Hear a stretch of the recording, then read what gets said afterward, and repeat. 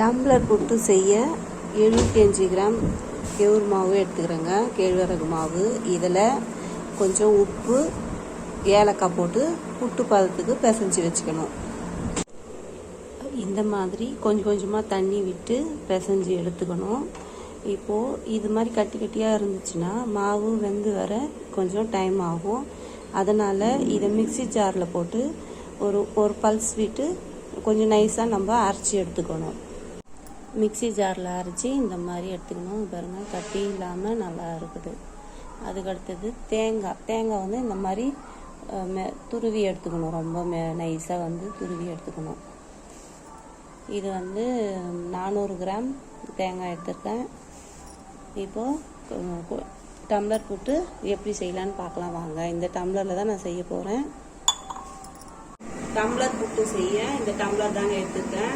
இதில் வந்து ஃபஸ்ட்டு நெய் தடவிட்டு இந்த ஸ்பூனில் ஒரு ஸ்பூன் தேங்காய் போடணும் ஃபஸ்ட்டு. அடுத்தது கேழ்வரகு மாவு 2 ஸ்பூன் போடணும். போட்டுட்டு மறுபடியும் இந்த ஸ்பூனில் 2 ஸ்பூன் தேங்காய் போடணும்.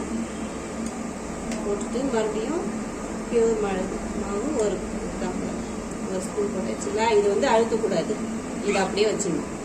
இந்த மாதிரி எல்லா டம்ளர்லையும் கேழ்வரகு மாவு போட்டுட்டு இதை வேக வைக்கணும். அவ்வளோதாங்க.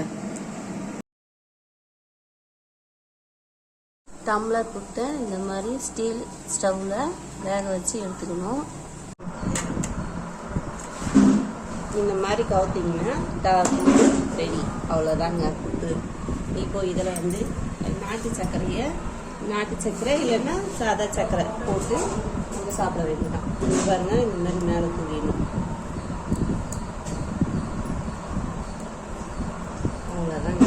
தூவிட்டு நம்ம அப்படியே ஸ்பூன் வச்சு சாப்பிட வேண்டியதான்.